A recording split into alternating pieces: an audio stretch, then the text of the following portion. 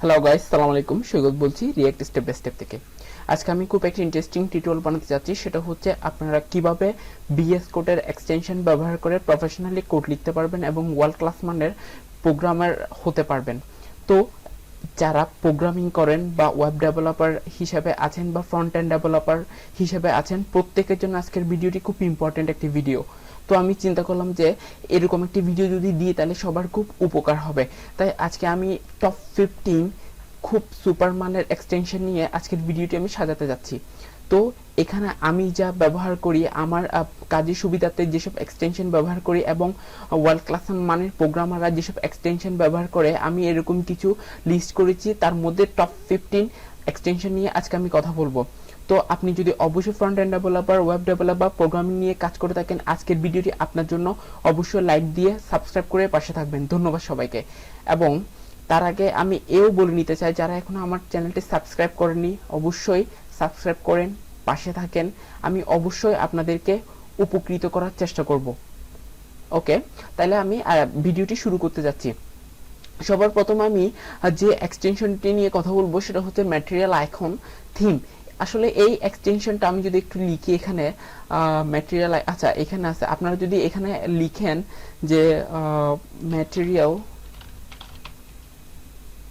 Material, দেখুন এই যে চলে আসছে ম্যাটেরিয়াল আইকন থিম।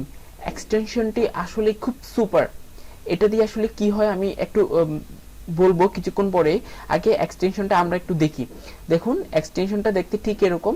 এখানের মধ্যে আমরা সব আইকন পাবো। আমরা যে এক্সটেনশন লিখি, যে এইচটিএমএল index.html এর আসলে কিরকম হয়, লোগোটা কিরকম, এখানে খুব সুন্দরভাবে লোগোগুলো চলে আসে, দেখতে খুব সুন্দর মনে হয় বা কাজ করতে খুব কমফোর্টেবল ফিল হয়।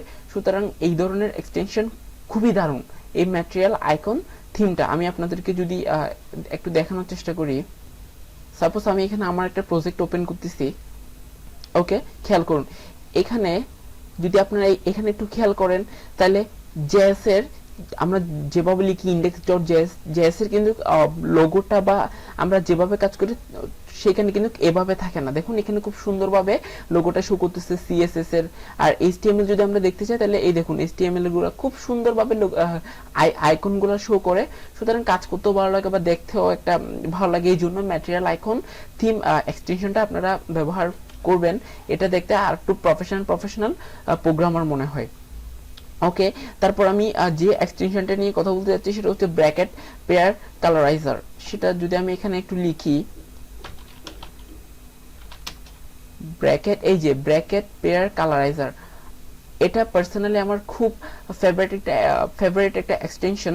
সেটা আসলে কি কাজ করে আপনারা যদি এখানে একটু ভিডিও দেখেন তাহলে বুঝতে পারবেন। এই যে এখানে একটা ব্র্যাকেট কোথায় শেষ এবং শুরু, এগুলা কিন্তু ওরা খুব সুন্দরভাবে কালার দিয়ে দেখিয়ে দেয়। জিনিসটা আসলে খুব উপকার হয় আমরা যারা প্রোগ্রামিং করি বা প্রোগ্রামিং করতেছি তাদের জন্য। আসলে ওই ব্র্যাকেট গুলা চিহ্নিত করা খুব কষ্টকর। দেখুন আমি যদি এই ব্র্যাকেটটা এখানে জাস্ট মাউসটা ক্লিক করি তাহলে আমাকে দেখাই দিচ্ছে যে একটা লাইন দিয়ে ব্র্যাকেটটা কোথায় শুরু হয়েছে এবং কোথায় শেষ হয়েছে। সুতরাং এই এক্সটেনশনটা আপনারা ব্যবহার করবেন যাতে কাজের সুবিধাতে এবং কাজের গতিটাকে আরেকটু বৃদ্ধি করার জন্য। ব্র্যাকেট পেয়ার কালারাইজার, জাস্ট ব্র্যাকেট লিখলে এখানে কিন্তু প্রথম এটা শো করে। সুতরাং আপনারা এটা অবশ্যই ব্যবহার করার চেষ্টা করবেন। তারপর হচ্ছে অটো ইম্পোর্ট, সরি এখানে ভুল লিখছি আমি, just auto import, auto importer. এই যে অটো ইম্পোর্টার, এইটা দারুণ একটি এক্সটেনশন। এটা এক কথায় বলতে গেলে খুবই দারুণ। এটা কি হয়, আমরা যখন কম্পোনেন্টস এর মধ্যে ফাইলগুলো আমরা লিংক করি, যেমন সোর্সের মধ্যে অ্যাপজেস, আমি যদি এখানে সোর্সের মধ্যে কম্পোনেন্টস বিভিন্ন রকমের ফাইল ক্রিয়েট করি, যেমন এখানে পোস্ট বা সাপোজ অন্য কিছু একটা, তাহলে আমাকে ইজিলি এখানে এগুলো দেখাই দিবে যে হচ্ছে আমার এখানে কি কি ফাইল আছে। আমি জাস্ট ট্যাব ক্লিক করলে এখানে এগুলো চলে আসবে। আমি যদি একটু দেখাই আপনাদেরকে, সাপোজ আমি এখানে ফোল্ডার ক্রিয়েট করি, কম্পোনেন্টস ক্রিয়েট করলাম, এখানের মধ্যে একটা ফোল্ডার ক্রিয়েট করলাম সেটা হচ্ছে পোস্টের মধ্যে একটা ফাইল ক্রিয়েট করলাম সেটা হচ্ছে post.js। ওকে, আমি যদি এখানে rfcd, এটা রিঅ্যাক্ট ফাংশনাল কম্পোনেন্ট আসতেছে না, এনিহাউ এটারও একটা এক্সটেনশন আছে, আমি বলবো এটা কিভাবে আপনারা আনতে পারবেন। ওকে, দেখুন আমি আর এফ সি লিখলাম, এখানে আমাকে দেখাচ্ছে যে রিয়াক্ট ফাংশনাল কম্পোনেন্ট। আমি যদি এখন এই অবস্থায় ট্যাপ ক্লিক করি, ট্যাপ টি-বি কিবোর্ডে ট্যাপ ট্যাপ প্রেস করলে দেখুন অটোমেটিকলি রিয়াক্টের যে ডিফল্ট স্ট্রাকচার সেটা চলে আসছে। তো এটা যদি আমি আমার অ্যাপ.জেএস এ ইম্পোর্ট করতে চাই তাহলে আমাকে অটো ইম্পোর্টারটা সাজেস্ট করবে। দেখবেন আমি যদি লিখি সেটা হচ্ছে পোস্ট, POST, দেখুন এখানে automatically auto importer from component পোস্টের মধ্যে পোস্ট.জেএস ফাইলটা, আমি যদি এখন ট্যাপ ক্লিক করি অটোমেটিকলি পোস্টটা উপরে অ্যাড হয়ে গেছে বা ইম্পোর্ট হয়ে গেছে। সো অটো ইম্পোর্টারটা দারুণ একটা এক্সটেনশন, অবশ্যই আপনারা এটা ব্যবহার করবেন, তা না হলে আপনাদের কাজের গতিটা স্লো হয়ে যাবে। তারপর কোড স্পেল চেকার, এটাও খুব ভালো একটা এক্সটেনশন। সাপোজ যদি আমি এখানে লিখি যে হচ্ছে এডুকেশন, এখানে আমাকে কিছু দিল না, আমি যদি টিটা বাদ দিয়ে দিই, দেখুন আমাকে একটা নিচে দাগের মতো দেখাচ্ছে যে এডুকেশন আসলে আননোন ওয়ার্ড, এই এরকম এডুকেশন। আচ্ছা, আমি খুব ভুল লিখার কারণে এখানে বলে দিচ্ছে যে এটা আননোন ওয়ার্ড, এরকম কোনো ওয়ার্ড নেই। আমি যদি ঠিক করে ফেলি CAT, ও সরি, ওকে দেখুন আবার ঠিক হয়ে গেছে। সো যারা আমার মতো ইংলিশে সামান্য একটু দুর্বল তাদের জন্য কোড স্পেল চেকারটা খুব ভালো একটা সার্ভিস দেয়, সুতরাং এটা আপনারা ট্রাই করবেন কোড স্পেল চেকারটা ব্যবহার করার জন্য। তারপর হচ্ছে লাইভ সার্ভার, খুব দারুণ একটা এক্সটেনশন। সেটা কি লাইভ সার্ভার, আমি আপনাদেরকে যদি দেখাই লাইভ সার্ভার এটা আসলে কিসের কাজ করে, এটা আপনারা যখন HTML ফাইলে যখন কাজ করবেন রিঅ্যাক্টে তো অটোমেটিকলি সেভ করার সাথে সাথে কি হয়, আচ্ছা এখানে একটা ভিডিও যদি আপনারা দেখেন, এখানে কিন্তু সেভ করার সাথে সাথে এখানে অটোমেটিকলি এগুলো লোড হয়ে যায় HTML ফাইলের ক্ষেত্রে। HTML ফাইল খেয়াল করবেন, HTML ফাইলে কিন্তু নরমালি কাজটা হয় না। আমরা যারা রিঅ্যাক্টে কাজ করি রিঅ্যাক্টে কিন্তু অটোমেটিকলি সেভ করার সাথে সাথে ব্রাউজারে রিলোড হয়ে আপডেটটা চলে যায়। কিন্তু HTML ফাইলে যদি আপনারা এরকম করতে চান তাহলে লাইভ সার্ভারটা অবশ্যই ইউজ করবেন। লাইভ সার্ভারটা খুব কাজে দেয়, যে কিভাবে জাস্ট আমরা যদি কোডে সেভ করি ব্রাউজার এটা অটোমেটিকলি রিলোড হয়ে যাবে এবং আপনি একটা ভালো সার্ভিস পাবেন, আমি এতটুকু গ্যারান্টি দিতে পারবো লাইভ সার্ভারটা ইউজ করলে। ওকে, তো আমরা নেক্সট এক্সটেনশনে চলে যাই, সেটা হচ্ছে প্রিটিয়ার কোড ফরম্যাটার। অসাধারণ, আমি জাস্ট একটু দেখাই আপনাদেরকে প্রিটিয়ার। এটা ডিফল্ট একটা কোড ফরম্যাটার কিন্তু দেয়া থাকে এখানে, তো আপনারা প্রিটিয়ারটা ব্যবহার করার চেষ্টা করবেন। প্রিটিয়ারটা আমার পার্সোনালি খুব ভালো লাগে, বা অনেক ওয়ার্ল্ড ক্লাস মানের প্রোগ্রামাররা প্রিটিয়ারটাকে সাজেস্ট করে। সো আপনারা প্রিটিয়ারটাকে ব্যবহার করতে পারেন, আসলে এটা করতে হবে এমন কোনো কথা নাই, করতে পারলে ভালো, জাস্ট এই আর কি। আচ্ছা, প্রিটিয়ার কোড ফরম্যাটার কি হয়, আচ্ছা আমি যদি এখানে একটু যাই, সাপোজ করে গেলাম অ্যাপ.জেএস এ গেলাম, আমি যদি এখানে এভাবে দিই, সেটা হচ্ছে লরেম, ক্লিক করলাম, দেখুন কোথায় চলে গেছে, একদম বের হয়ে চলে গেছে। আমি যদি জাস্ট Ctrl+Shift+P দিলাম, এখানে ফরম্যাট ডকুমেন্ট আছে, ফরম্যাট ডকুমেন্টে যদি আমি ক্লিক করি খুব সুন্দরভাবে আমার সবকিছু এখানে সেট হয়ে গেছে। সো খুব দারুণ একটা। আচ্ছা আমি যদি এভাবে করে দিই, সাপোজ এভাবে করে দিলাম, মানে আমি ইচ্ছা করে এগুলাকে একটু আওলা চাওলা করে দিলাম, আমি আবার Ctrl+Shift+P দিলাম, ফরম্যাট ডকুমেন্ট, দেখুন সবকিছু ঠিক হয়ে গেছে। সুতরাং প্রিটিয়ারটা অসাম একটা এক্সটেনশন, আপনারা অবশ্যই ব্যবহার করবেন কোডগুলোকে ফরম্যাট করার জন্য, আর আপনার কোডকে প্রফেশনাল ওয়ার্ল্ড ক্লাস বানানোর জন্য প্রিটিয়ার অসাধারণ একটা এক্সটেনশন, অবশ্যই এটা ব্যবহার করার চেষ্টা করবেন। ওকে, নেক্সট হচ্ছে পাথ ইন্টারলাইসেন্স। এটা কিরকম কাজ করে আমি যদি একটু দেখাই, পাথ ইন্টারলাইসেন্স, এই যে পাথ ইন্টারলাইসেন্স কি করে আপনারা ভিডিওতে যদি দেখেন তাহলে বুঝতে পারবেন। এই দেখুন লিংক, এবং এখানে আমি যখন ডট দিব আমাকে সাজেস্ট করতেছে কোথায় কি ফাইল আছে, পাথ আছে। এটা খুব ভালো মানের সার্ভিস দেয়। আপনারা যদি কোডের ভুল হয় বা কোডের ভুল না হওয়ার জন্য, কোডের গতি দ্রুত করার জন্য, স্পিড করার জন্য আপনারা পাথ ইন্টারলাইসেন্সটা ব্যবহার করবেন। আপনাদেরকে সাজেস্ট করে বলে দিবে কোন জায়গায় কি ধরনের ফাইল আছে, এবং এগুলো আপনারা খুব সহজে ট্যাব ক্লিক করে এন্টার প্রেস করে নিয়ে আসতে পারবেন। সুতরাং আমি দেখাচ্ছি না, পাথ ইন্টারলাইসেন্সটা অলরেডি এখানে ভিডিওতে দেখাচ্ছে, আপনারা নিশ্চয়ই বুঝতে পারতেছেন আসলে এটা কিসের কাজ করতেছে। সুতরাং পাথ ইন্টারলাইসেন্সটা আপনারা ব্যবহার করবেন। তারপর হচ্ছে জাভাস্ক্রিপ্ট কোড স্নিপেটস, এটা নিয়ে একটু বলি। আমি লিখি জাভাস্ক্রিপ্ট কোড স্নিপেটস। ওকে, জাভাস্ক্রিপ্ট ES6 কোড স্নিপেটস, এটা আপনি জাভাস্ক্রিপ্টের কোড লেখার সময় অবশ্যই আমাদের কোডের মধ্যে ভুল হয় বা আমরা ঠিক করে লিখতে গিয়ে আমরা ভুল করে লিখে ফেলি। এই জাভাস্ক্রিপ্ট ES6 কোড স্নিপেটসটা আপনাদেরকে দেখিয়ে দিবে আসলে কিভাবে কোডটাকে রাইট ফরম্যাটে লিখতে হয়, এবং যদি কোথাও ভুল হয় তাহলে এটা নিচে একটা লাল এরো চিহ্ন দিয়ে তাও দেখিয়ে দিবে। আমি এখন আসলে দেখাতে পারতেছি না, এখানে আসলে কিছুই নেই, জাস্ট আমি বলি দিই এটা আসলে কিসের কাজ করে। এটা আপনাদেরকে খুব সাহায্য করবে যারা জেএস নিয়ে প্রোগ্রামিং করতে চান বা জেএস এ কোড লিখেন, জাভাস্ক্রিপ্ট ডেভেলপার, তাদের জন্য জাভাস্ক্রিপ্ট ES6 কোড স্নিপেটসটা খুব ভালো কাজ করবে। এটা আপনারা অবশ্যই এক্সটেনশনটা ইনস্টল করে নেবেন। আপনাদের জাভাস্ক্রিপ্ট কোড লেখার ক্ষেত্রে কোথাও ভুল করে ফেললে বা ফর লুপ লেখার, আচ্ছা আমি জাস্ট আপনাদেরকে একটা ডেমো দেখাই। সেজন্য আমি অ্যাপ.js এ গেলাম, এখানে গেলাম।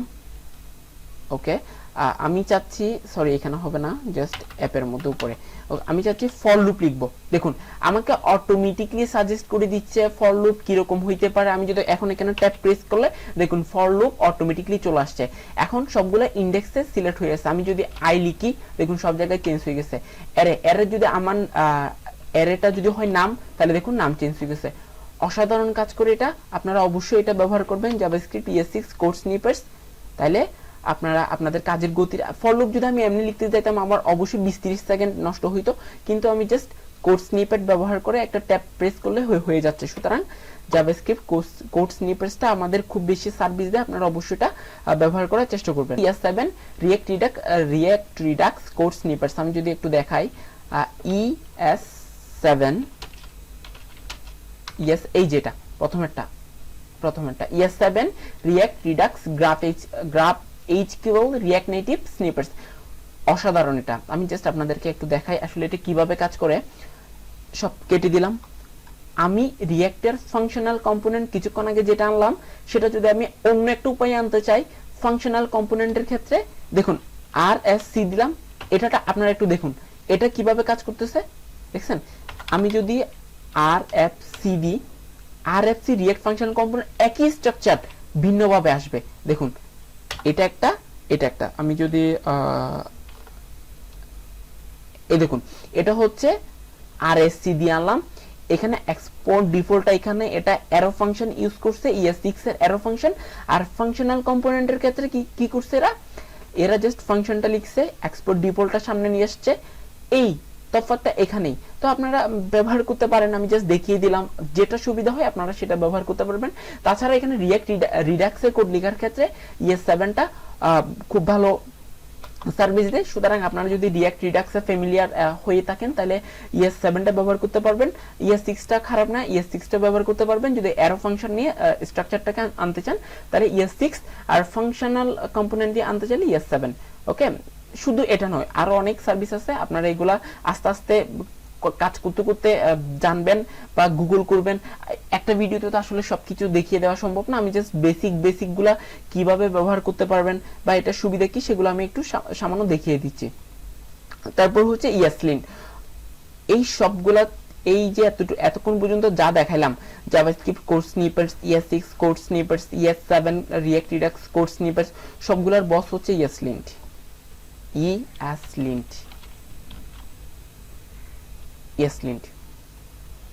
আচ্ছা, এটার কাজ কি আমরা যদি এখানে একটু পড়ি, this extension is recommended based on the file you recently open. Okay, আর একটু নিচে যাই, ESLint।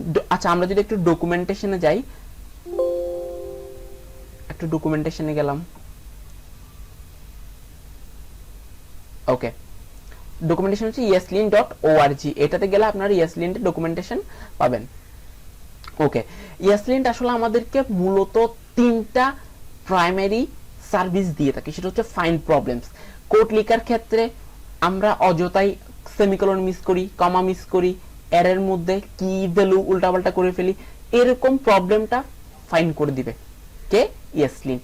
এবং আপনার প্রবলেমটা যদি খুব ছোট্টখাট্ট হয় এবং একটা ক্লিকে বা একটা সামান্য সেমিকোলনে বা সামান্য কোথাও ফিক্স করা যায়, এটা অটোমেটিকলি ফিক্স করে দিবে।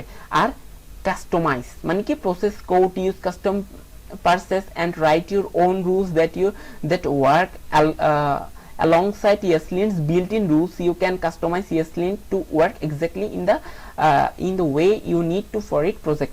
আপনারা ESLint এর ডিফল্ট ভাবে যেটা সেটআপ করে আছে আপনারা এটা কাস্টমাইজ করে কাজ করতে পারবেন সেটা বলতেছে এখানে। আর মূলত দুইটা সবচেয়ে বেশি কাজ করে থাকে, এটা কাস্টমাইজ করে খুব ভালো কাজ করতে পারবেন, ফাইন্ড প্রবলেম ফিক্স অটোমেটিকলি এবং কাস্টমাইজ করে কাজ করতে পারবেন। Find and fix problem in your JavaScript code. Okay, সুতরাং দুইটা হচ্ছে মেইন, আমি প্রথমে তিনটা বলছিলাম, আই এম সরি, দুইটা হবে। ফাইন্ড প্রবলেম ফিক্স অটোমেটিকলি এটা করবে, প্রবলেম খুঁজবে এবং এটাকে অটোমেটিকলি সলভ করে দিবে যদি এটা অটোমেটিকলি সলভ করার মতো হয়। আর যদি বেশি বড় কোডিং এ মিস্টেক হয়ে থাকে তাহলে এটা সলভ করতে পারবে না, আপনাদেরকে ইন্ডিকেট করে দিবে আপনার এই জায়গায় প্রবলেম, এই জায়গায় লাল অ্যারো চিহ্ন দিয়ে এটা দেখিয়ে দিবে। সো ESLint এর কাজ হচ্ছে এটা। আর npm কি কাজ করে? যারা রিঅ্যাক্ট বা নোড.js এ কাজ করেন, npm আসলে আপনাদের জানার কথা npm কি কাজ করে। npm এটা আমরা যারা যেমন রিঅ্যাক্টের প্রজেক্ট স্টার্ট করার ক্ষেত্রে কি হয়, npm স্টার্ট দিতে হয় এবং এগুলা সব কাজ করে থাকে কোথায়, প্যাকেজ.json এ। প্যাকেজ.json এর ভ্যালিডেট কোডগুলাকে সাপোর্ট করবে। যদি কোডের কত সমস্যা হয় নিচে দেখুন, আপনারা যদি দেখুন এখানে গ্রিন কালার একটা চিহ্ন দিয়ে দেখিয়ে দিচ্ছে এখানে কোনো সমস্যা আছে। এবং মূলত যে কাজটা করে থাকে, this extension supports running npm script define the প্যাকেজ.json file and validating the install module against the dependencies.